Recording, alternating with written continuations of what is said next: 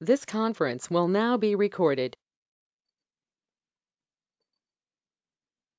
It's a shared and read-only variable. Okay.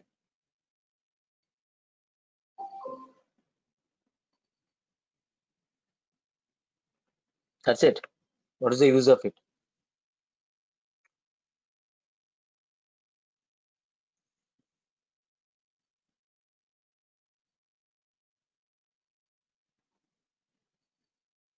When we try to join larger data sets with the smaller ones, we can we can define the smaller data set as a broadcast variable so that it will reduce the shuffle operations. Okay. Okay. So how it will reduce the shuffle operation? It will be loaded into the cache memory, the broadcast variable.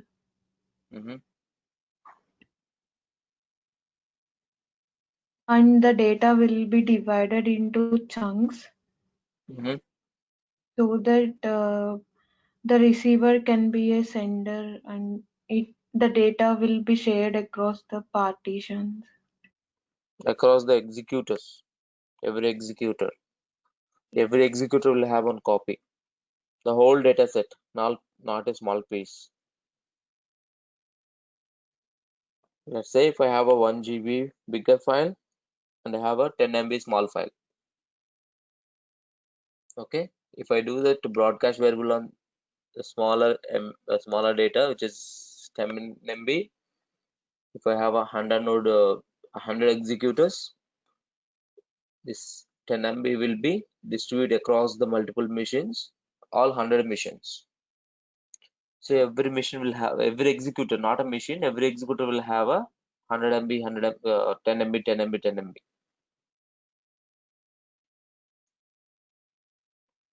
Okay. Okay. From here.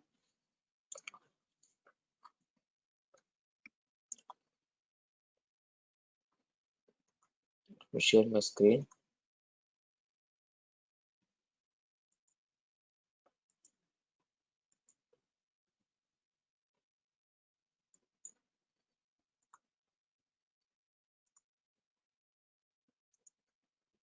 Let me know once you are able to see my screen.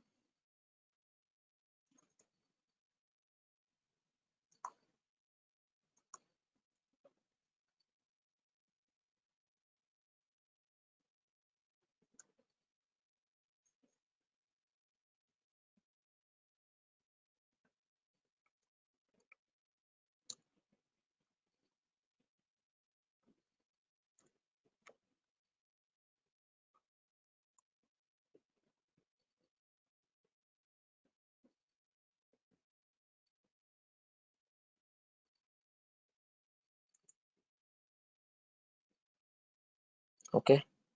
So if you see this Spark configuration document, okay. So let me show you.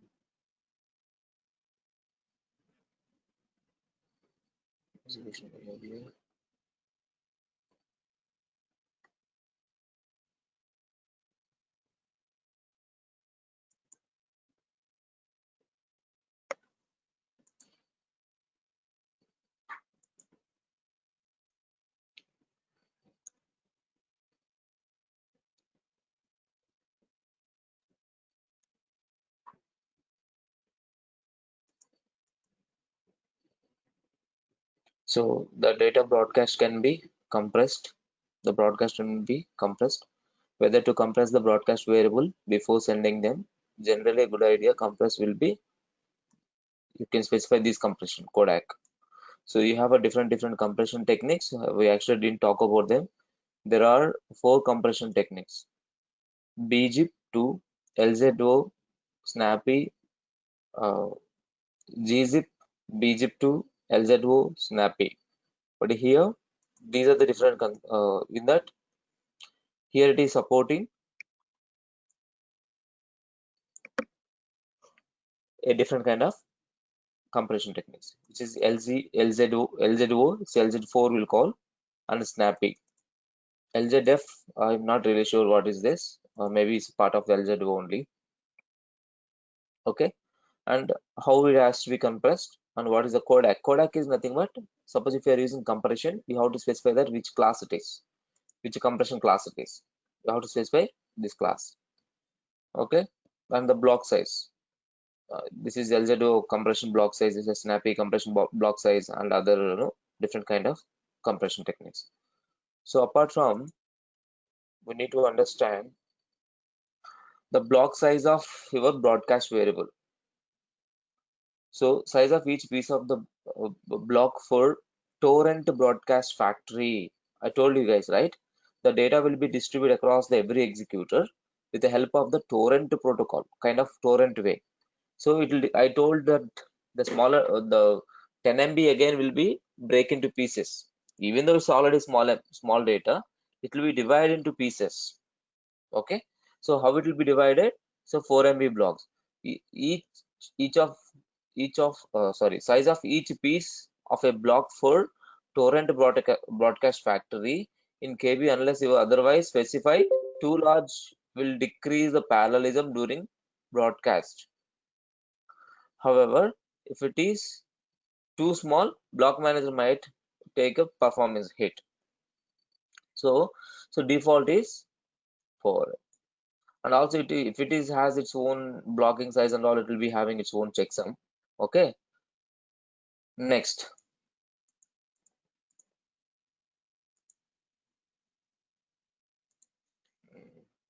there is one configuration, disabling the broadcast.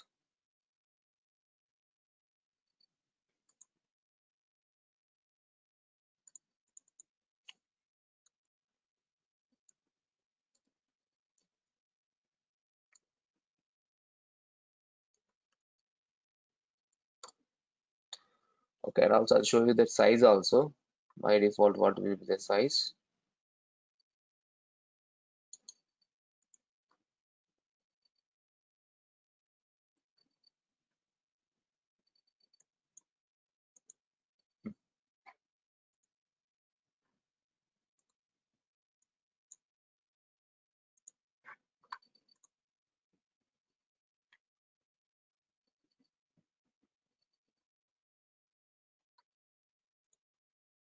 Look at here. The broadcast variables are shared variables. One is the broadcast. I hope you guys can go through this definition. I don't think I have to explain this. Okay, and accumulators, the next one which we are going to talk in few minutes. Before that, I want to make every possible way to make you clear about the broadcast. Okay, let me give this time.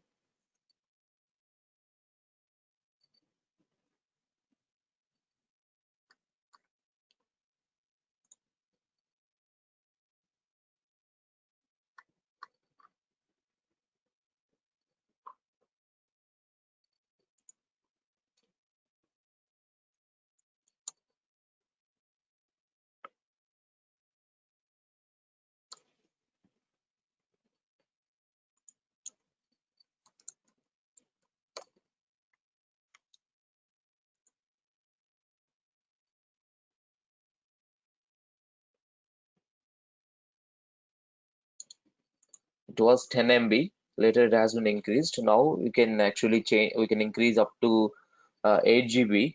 Okay, let me show you that also. Okay, I'm looking for one configuration. Just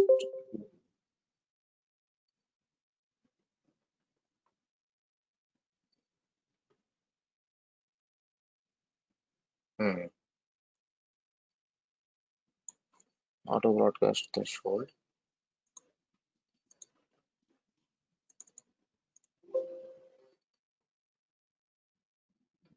Why it is not there?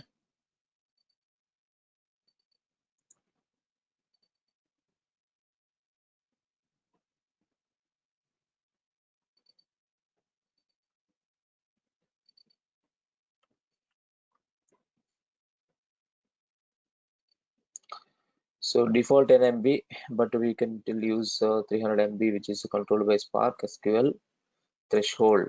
Okay, why that is not there? That's what I'm just checking.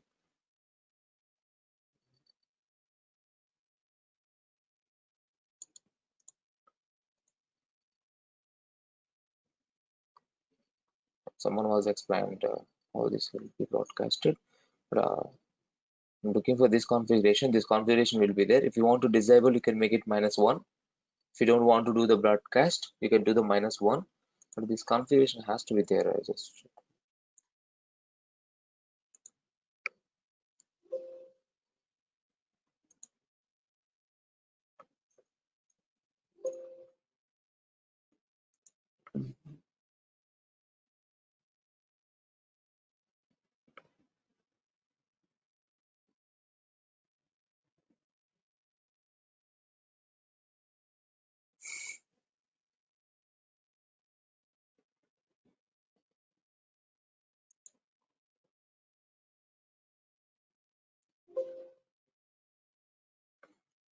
look at here, guys.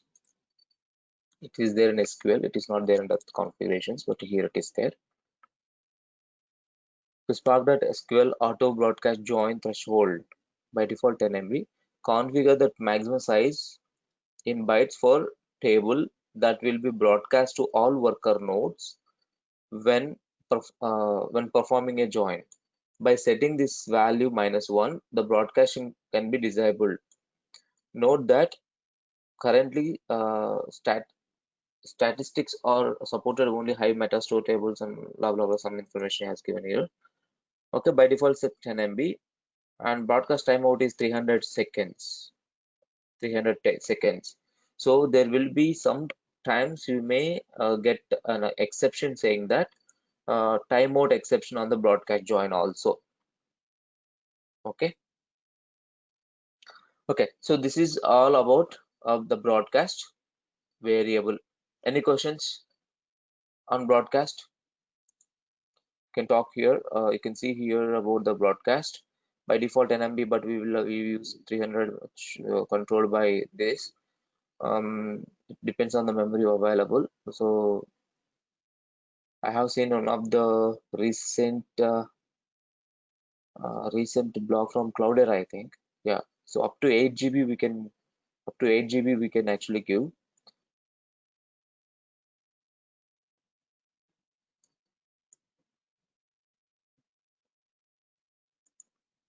I have seen the recent the Spark document only. Let me do one thing.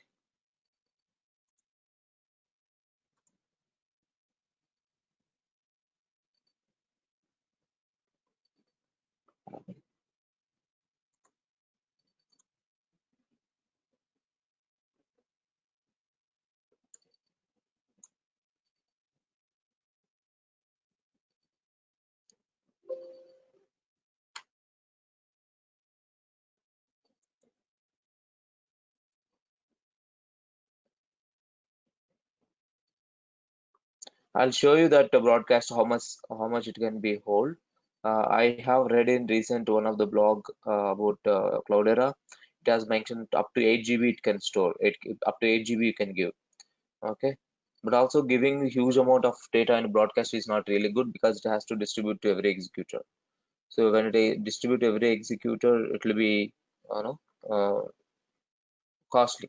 Lot amount of data it will be distributed. Okay, so any questions about broadcast? Any questions about broadcast? Ravi, it would be only readable, right? It's only readable. Yeah. Okay.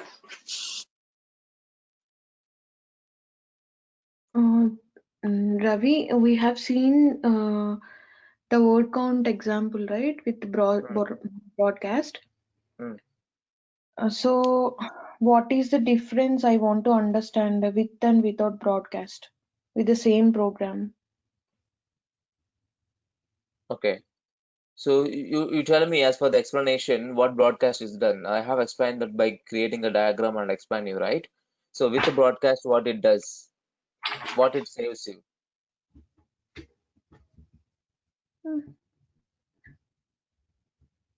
I have explained with a complete diagram, and when you do the broadcast, that's what, right? The whole data set is it's avoid the shuffle, right? It avoided the complete shuffle, correct? Okay. Through If you have program, I want to see like through program, how will you see, ma? Will you see that the shuffles and all through program? no, you said it will improve the performance, right? No. So how to check that one programmatically? So I used broadcast join, so it gives me better performance, like in any SQL query or something. Uh, okay, how can I show you that without broadcast, with broadcast? How can I show you that? So can we discuss this one in Spark SQL? There. Yeah, we can discuss here also. That's what I'm just let me think. Okay, okay. Here I'm doing this directly. I'm creating RTD with the flat map itself. The flat map itself is doing here. The flat map itself is filtering it out. Okay. So if I don't have to filter here itself, mm, what I have to do this one. Okay, I'll do one thing. Let me create one program and I'll show you. Okay. Without broadcast, if I want to do the filter it out these elements, it can be done. Okay, then what it has to be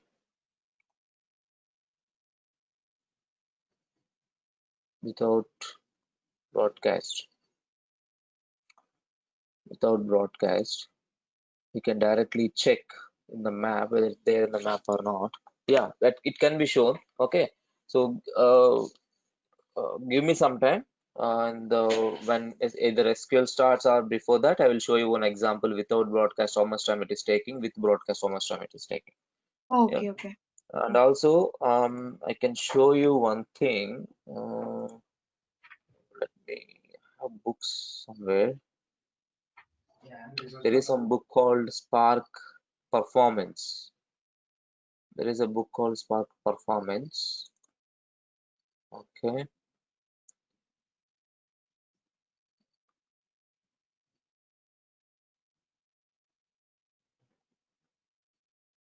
For the author name, I just recommend that book if anyone wants to understand, the more about.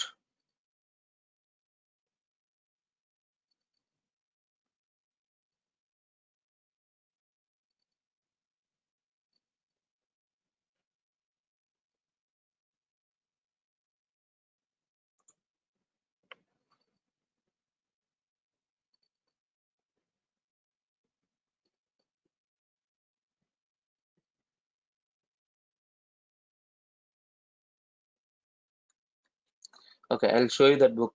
That has a complete detail about it, how the joins will happen, how it will divide the known partitions and unknown partitions. Let me open here and find something. Okay, this is one more opportunity for me to explain you, but this is I can explain you when it comes to Spark SQL. Okay, so we might have read here or there Spark data frames or Catalyst optimized and how it will optimize internally. Everything I'll explain here. Okay, there is a different kind of rules. I'll explain those rules. Before that, let me show.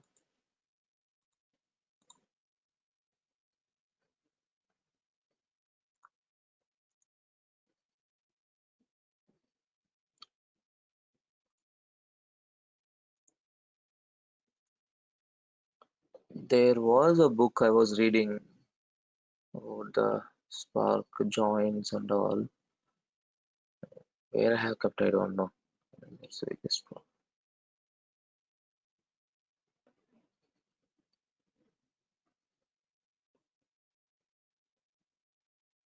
Yeah, high performance Spark. Hmm. High performance Spark. Okay. So If anyone is interested, you can, this book is available, even I can share this book. This book is available everywhere. What I can do here is, so you can do here, you can look into this join part. Okay, so the most important to improve the performance, there are few places. One is the joins only. Wherever you have more shuffling, there you can improve the performance. So joins is the one of the place where we can improve lot of performance, right? How the joins will happen, how we can improve the performance. So here I'll just take you through very high level, because when I start discuss about the Spark SQL, it's very few days only. I think within this week only we can start the Spark SQL. Most of the Spark other stuff has been covered. So that time I will show you in detail again. Okay, let's look at here very high level. I have RDD-A and I have RDD-B. Okay, so when they do not have a known partitions, known partitioner, not partitions, known partitioner. Okay, it means RDD-A has its own different kind of partitioner and RDD-B has a different kind of partitioner. Okay, so that time when you try to do the join, look at the how much shuffling is there. Lot of shuffling. If you see here in the bottom, lot of shuffling is there. Okay, let me read through this one, because this is important. People will ask an interview, how will you improve the performance? So that time you can talk about the Spark joins. Okay, so joins in general are expensive, since they are required to corresponding key from each RDD are located at the same partition, so that they can be combined locally if they are in the same partition. If RDDs do not have a known partitioner, they will need to be shuffled, so that both RDD shared partitioner and data with the same key lives in the same partition. So if you see the look at the diagram 1, if they have the same partitioner, the data may be co-located as figure 4. So as to avoid inter network transfer, regardless of whether the partitioners are same, if one or both of the RDDs have the known partitioner, only narrow dependency is created. What is the meaning of the narrow dependency is created? So it means that it avoids the shuffling. So when both the RDDs data is in the similar kind of partitions, it's easy to, it'll just do a merge. It's not really required. It's not really required to shuffle the data. Okay. RD have known partition, only narrow dependency is created, as in the figure 2, 4.2. I'll show you all each and every figure. As with the most key value operation, the cost of join increases with the number of keys and distances records have to be traveled towards to get their corresponding partition. Obviously, right? It has to shuffle. What is a shuffle? Before that, we are talking a lot about the shuffle. What is a shuffle?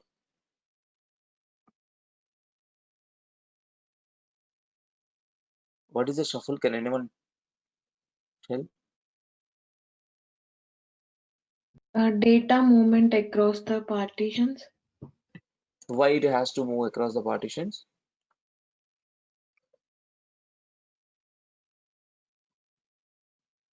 So to find the respective partition for the respective key, right? And try to do a by key operation only, we will get the shufflings, right? Like a joins and all, right? So when they try to do a join or when they try to do by key operation, it will actually try to find the respective key. It will try to find the respective key. So the node 1 has a key called Vera. So the same key will be there in some other machines. And when they are shuffled, it will find one machine for the one partition, it will go to the one key, the Vera key. So it has to get all the Veras wherever it is, it has to go to that machine only, that partition machine only, right? So it has to get all the keys where Vera, so it has to travel through a network and come to this node, correct? That's a shuffle. Shuffle will not create a partitions. Shuffle will not create a partition. Existing partitions only it will make use. Okay, if you can create a partitions by coalesce or repartition. Okay, look at here diagram. So there are a lot of keys has to be traveled. So RDDA, these three partitions, RDD, some partitions are there. When they do not have the known partitions, the keys has to be traveled. So look at here, RDDA has a known partitioner, RDDB does not have. So what is the meaning of it? So the RDDA has been partitioned with the help of the partitioner. It has been used partitioner. Okay, when the RDDA has the RDDA as the partitioner and RDDB does not have a known partitioner, what happened? Dependency, look at that. It's a narrow dependency, it's straightforward. What is the narrow dependency, wider dependencies? We discussed about it, right? No? We didn't discuss?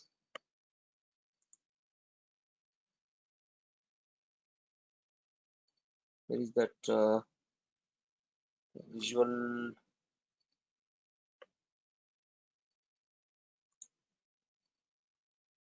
Books, Spark books. Is there no visual?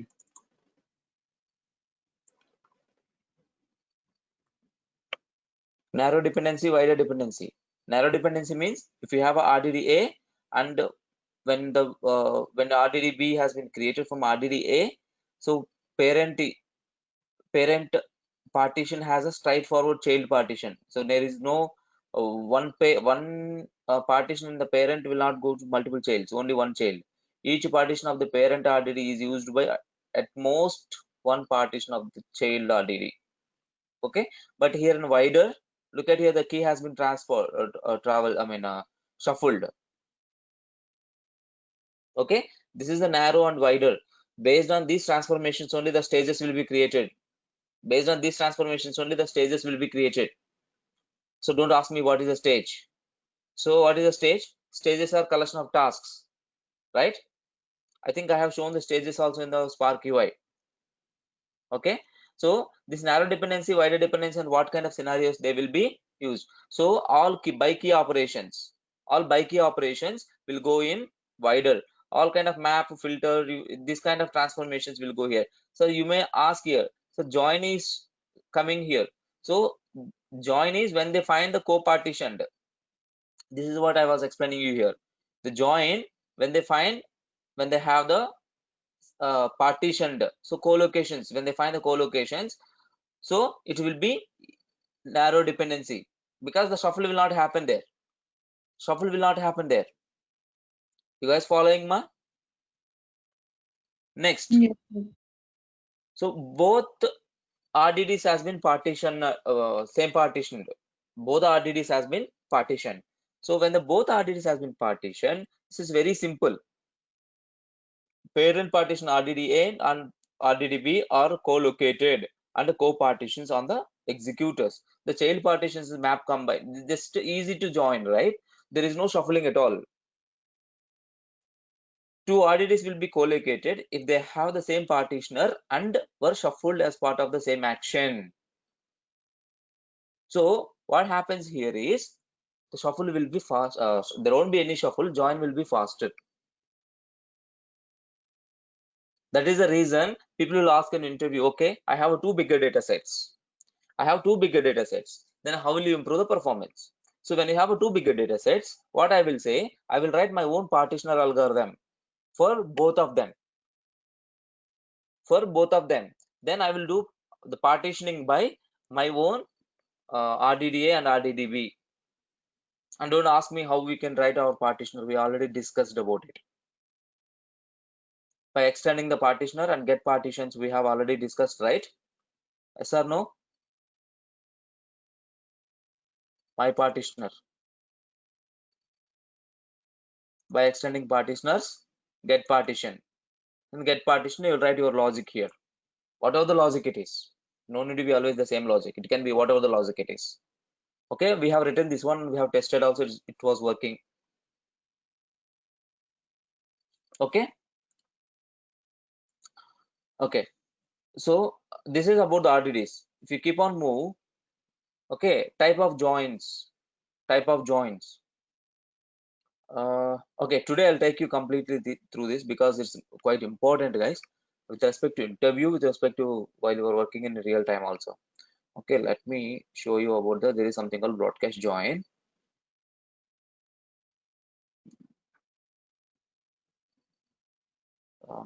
I'll show you here somewhere they have done. This is a simple join.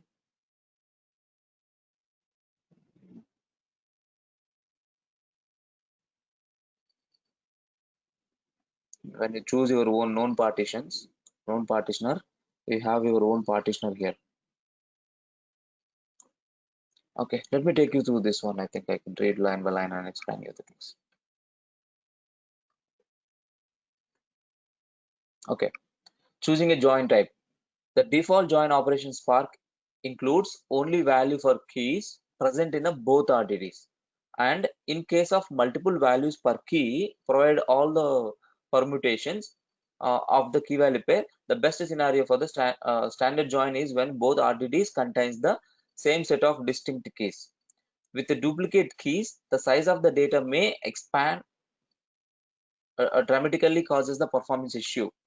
And if one key is not presented in both RDDs, you will be lose the a row of the data, or however it's I mean, how will it lose if you do not have there is a key, it's not present in that RDD. So it means that when you try to do the join, the key will not match. If the key is not matched, it means that it will says that there is no join for it. It will take the null, right? That's what it is trying to say. So when the both RDDs has a duplicate keys, the join can cause the size of the data to be expand dramatically. It may be a better to perform distinct or combine by key operation to reduce the key space, or to use the co-group. Okay, co-group, there is a group and co-group. These operations actually kind of a joins. It will comes group and co-group will come in pig. Okay, I have a document for this. If, in the shared drive already have shared with you some documents, right? There it is there. What I'll do, I'll take some different session. That time I'll explain how the group works and co-group works. There are two things, group and co-group.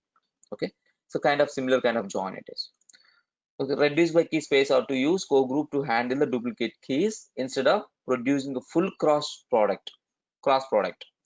By using smart partitioning during the combine step, it is possible to prevent second shuffle in join.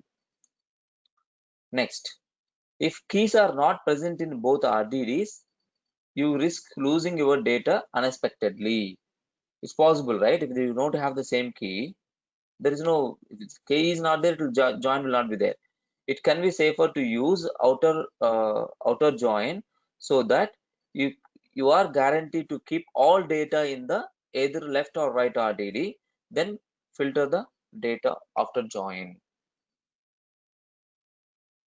Okay, if one RDD has some easy to define subset of keys, in the other you may be better filtering is reducing by join. So what it's trying to say here, are you guys understanding what I'm just reading, and I'm just going by para. So do you guys able to follow?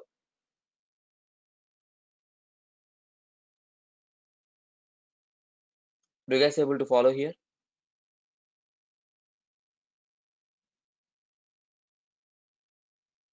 Very simple, guys. Here the join operations is the most expensive operations which will cause the performance in your Spark job.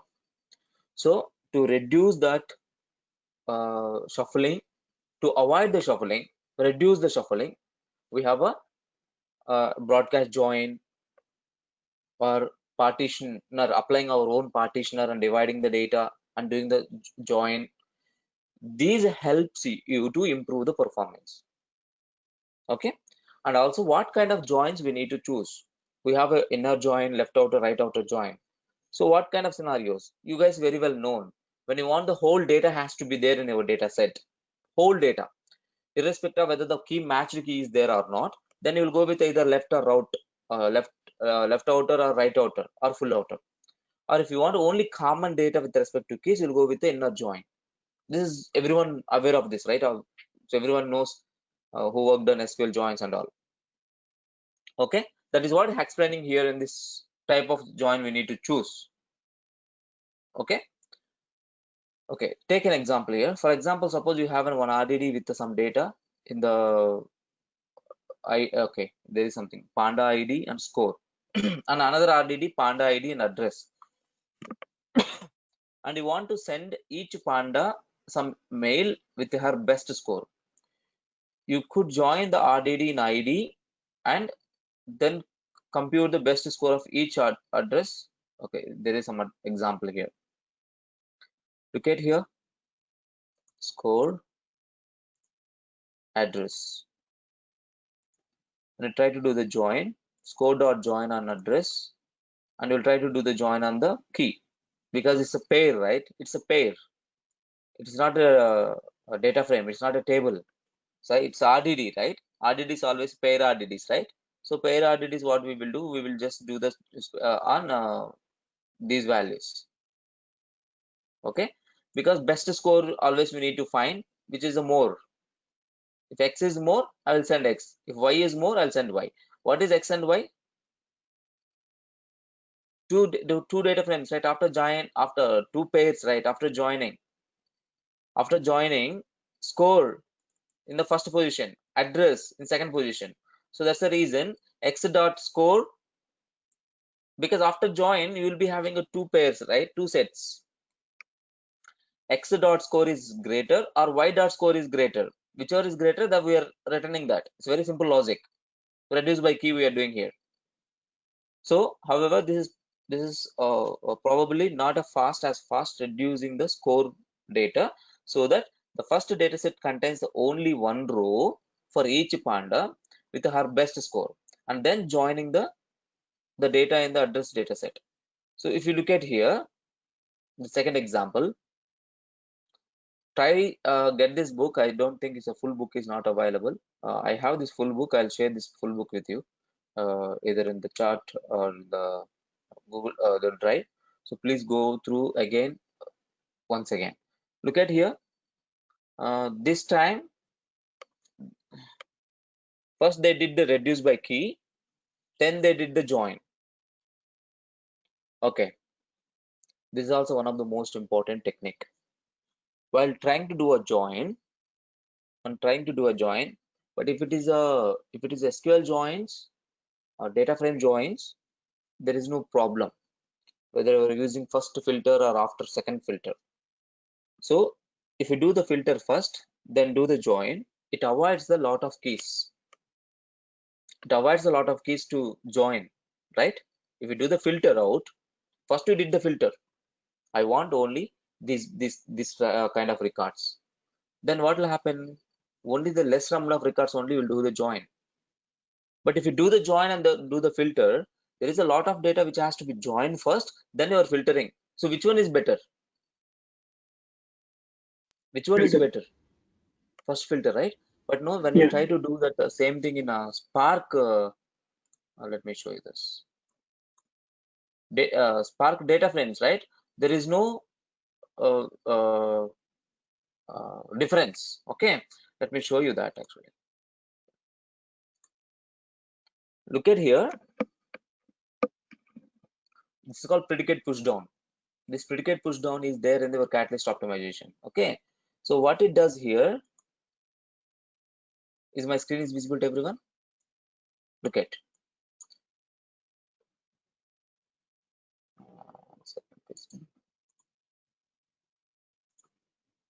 Look at here. The scans are selects. Okay, first let me show the first query. The actual query, let me show you.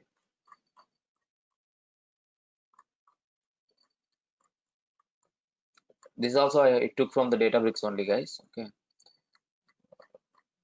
Okay, this is the actual query. Select sum of V from another select here, inner select.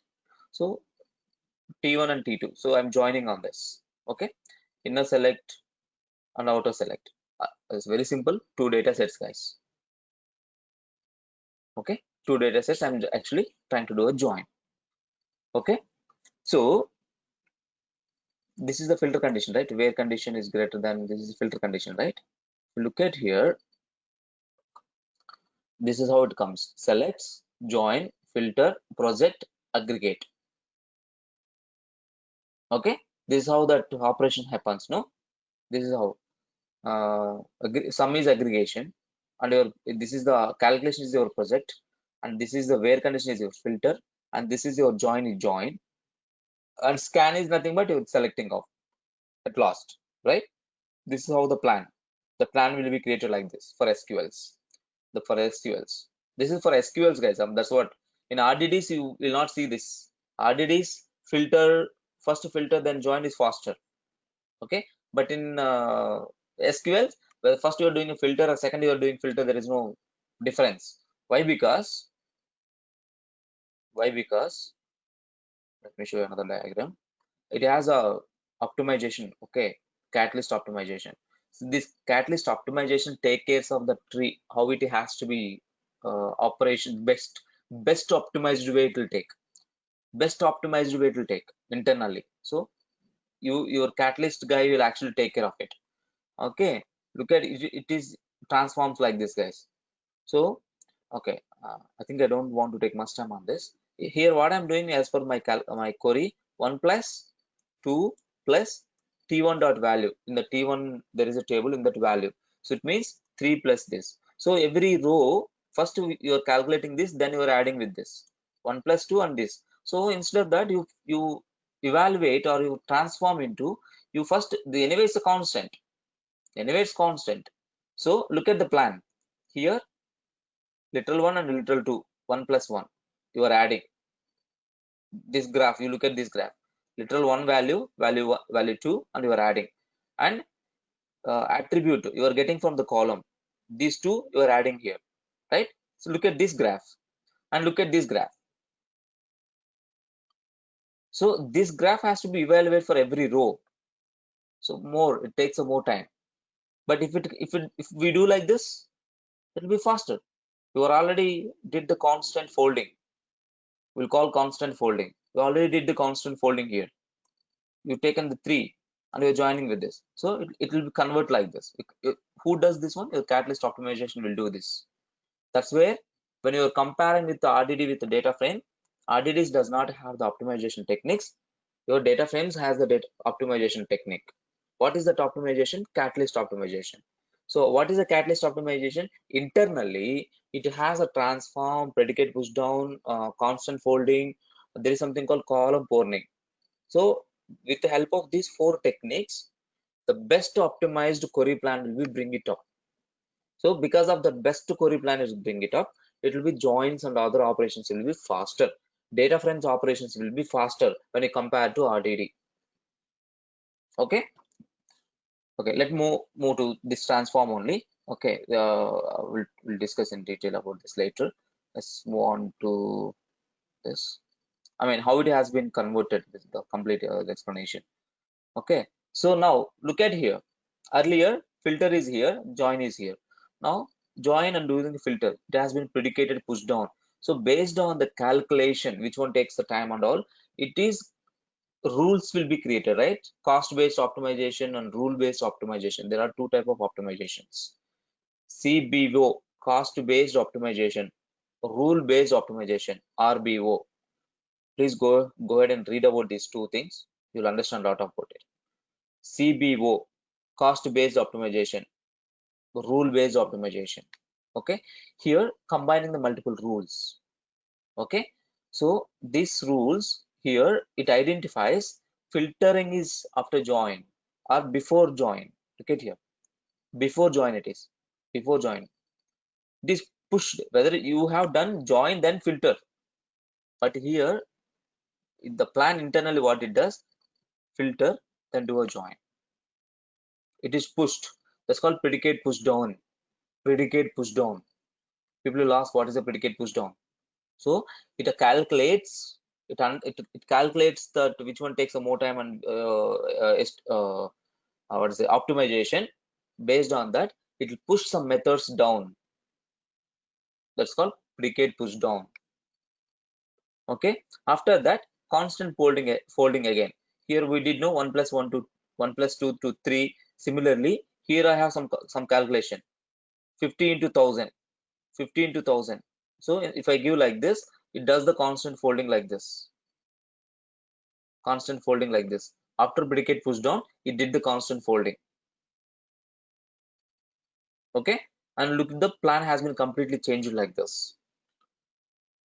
So what I'm trying to show here is whether, and also again changed. Okay, this is called column pruning, and where to project first and which one project. Everything will be taken care internally. You really no need to write. You just need to write your SQL. Okay, so predicate push down is column pruning, and everything will be done by your catalyst optimization. So what I'm trying to explain here, if you go with the RDD, it actually matters whether first you are filtering or next you are filtering is actually matters.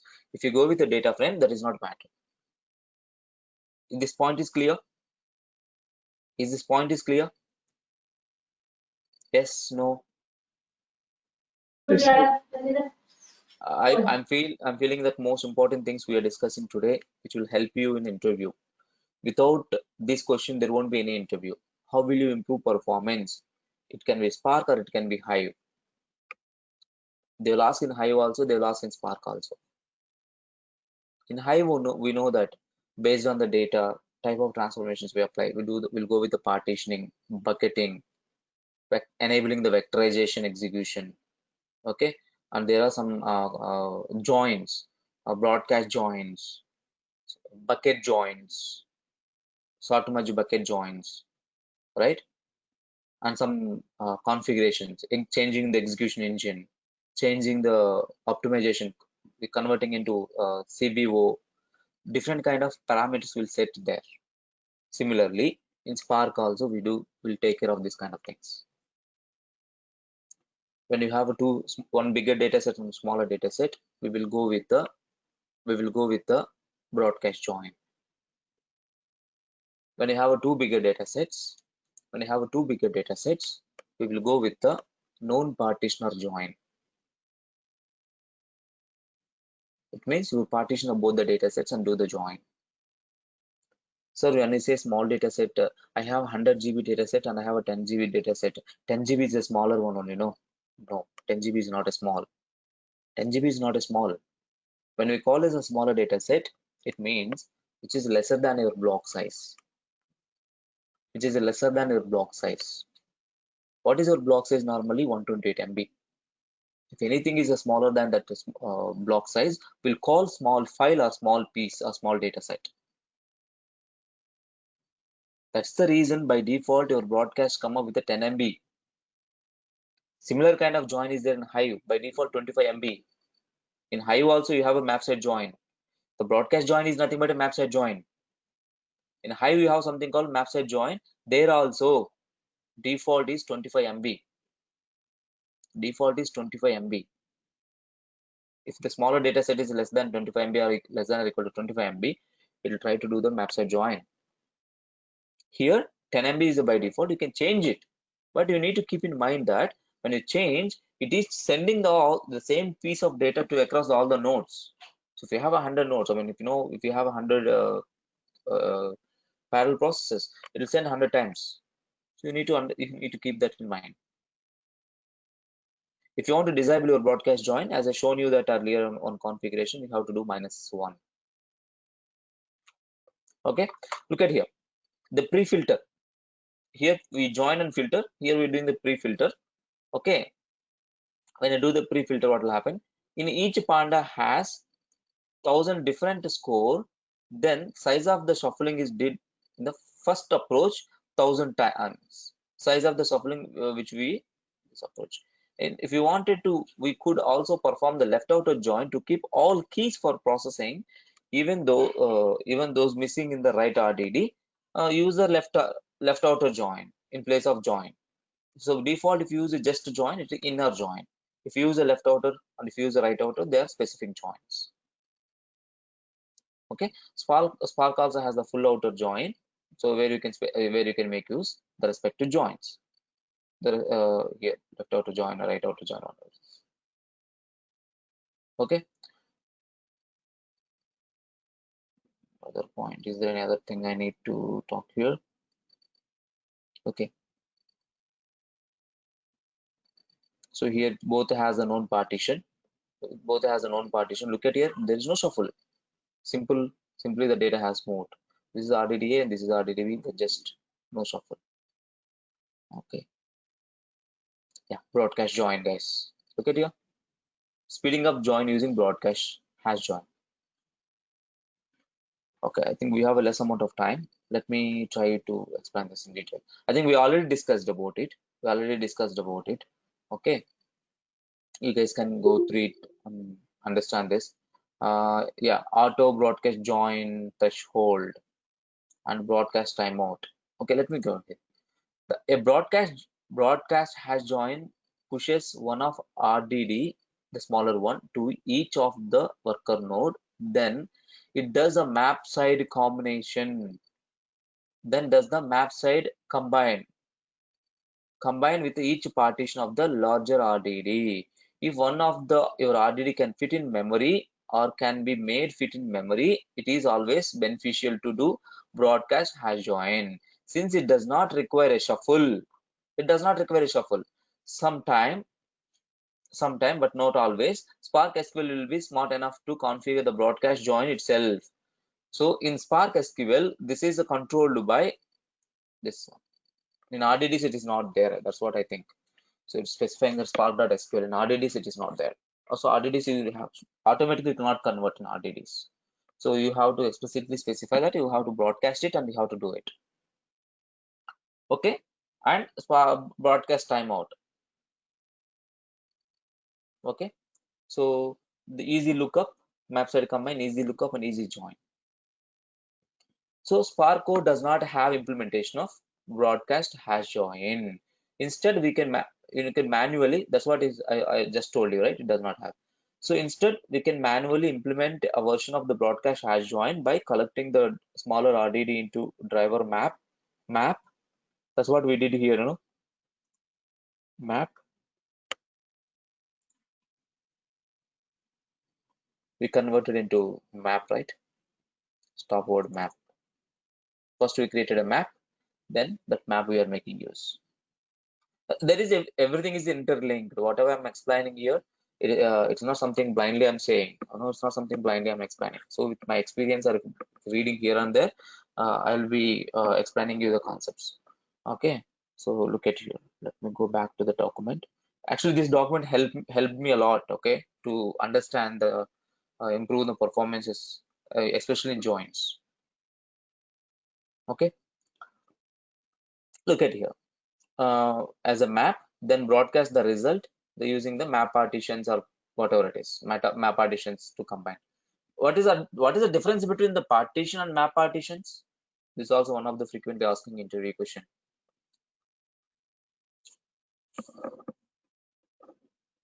What is the difference between map and map partitions?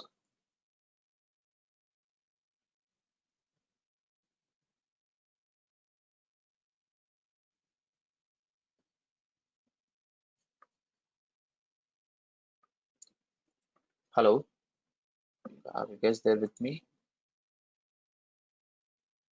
Rishabh, Venkat?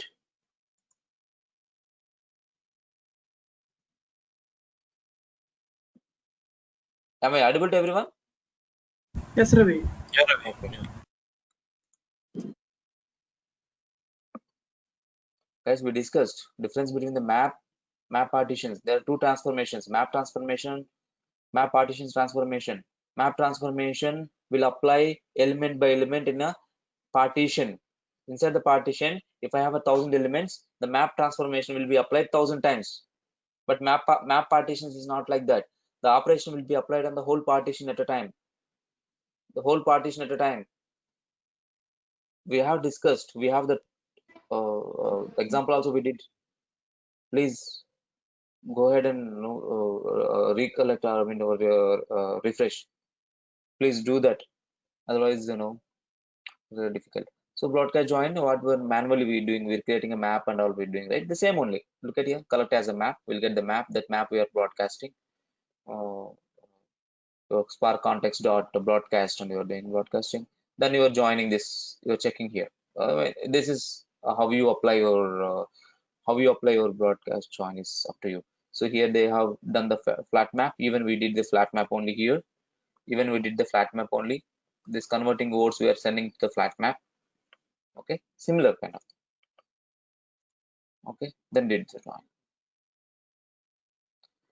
Okay, SQL data frame joins we'll discuss in the next session. So when we start the this thing, I thought to start today about the accumulators, but didn't get a time. Accumulators are very simple, guys. Okay, accumulators are, let me show you here only.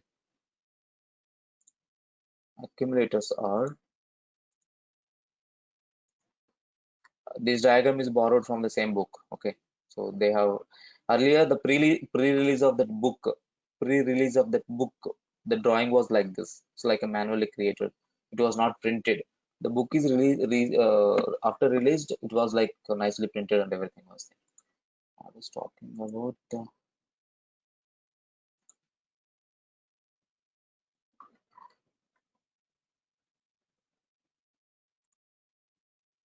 Let me show you. Shared aggregation. Partition discovery.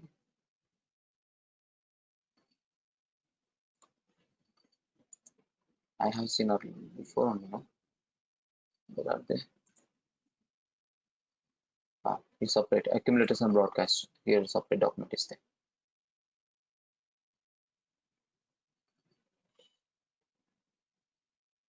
Share. Accumulators are very simple, guys, like counters. Okay, in MapReduce we have something called counters. The same, exactly same. Yesterday I have explained, not yesterday, in the last session I have explained one counter. If I declare a counter, task 1, task 2, task 3, that is actually accumulator. Okay, look at here. Accumulators are the variables that are only added to through the associative and commutative operations and can be thereafter be efficiently supported in parallel. They can be used to implement counters, which was in MapReduce. MapReduce, there is something called counter program, counters.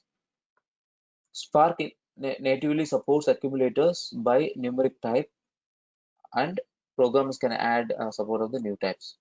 So as user, you can create a named or unnamed accumulators. As seen in the image below, unnamed accumulators will be displayed in the Spark UI. Stage modifies the accumulators, and the Spark displays the value for each accumulator modified by the Spark tasks. Each task, guys, is a task wise it will modify. Okay, named accumulators and accumulators. The counters will come like this. So the task 1, task 2, different tasks, right? Different executors.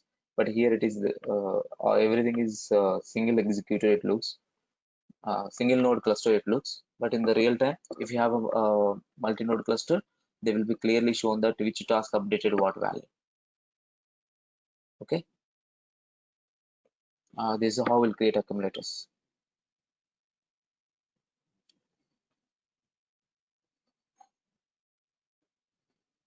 Okay.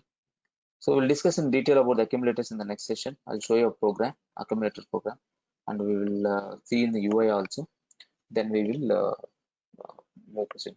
Guys, most of the Spark concepts has been covered except the data frames. Data frames we will start right after the accumulators. Okay, rest all has been covered. If you guys come across any questions, or you guys read here or there, or you heard some questions, or some of our colleagues, friends, uh, uh, attending interviews, if you guys come across any new question which we didn't discuss in the classroom, please bring to my notice. I'll try spend some time here or there in the documents and I'll get back in. Most of the time I'll spend my time to identify answer in the documents only, guys, not in the blocks. Yes, this blocks also gives information, but no, the accurate information, the trusted information we can get from the Spark documentation or Spark source code or this kind of books. So we will get this book is I think someone shared already link in the chat window. Please take that.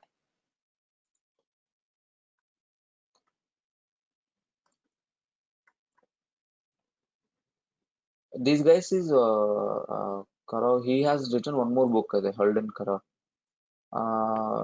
He has written one more book. I'll figure it out. I'll also tell you about the Spark. But high performance, this is really help you. And I really didn't see other chapters, but I have gone through the completely the Spark the join thing. It's really nicely explained. Okay. Any questions, guys? Any questions? And also another frequently asking interview question. I'll just move on to by explaining this.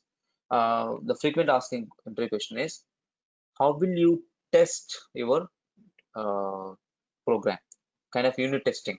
If you are writing your Spark in Java, you can do that unit testing, JUnit. There is something called unit testing, JUnit. Similarly, in Scala also we have something called Scala test. Okay. After completing this Spark course, I'll explain that. So Scala test. With help of the Scala test, we can test our unit. We can do the unit testing of our functionalities. Yeah. Please go ahead. Someone is asking some question. Ravi, I was saying I have already shared the web link for this high performance Spark book. Yeah, I'll share that. I'll share that. No, I have shared it. That's what I'm saying in the chat window. Yeah. This one I'll put in the group. I'll copy and paste it in the group. Yeah. Whoever is attended, they can take this now. Rest I'll upload. I'll submit in the group. Thank you, guys. Thanks for your time. Have a wonderful day. Let's connect in the next session. Okay. Please be prepared, guys. Please daily, prepare something and please go through the previous sessions as well. Thank you.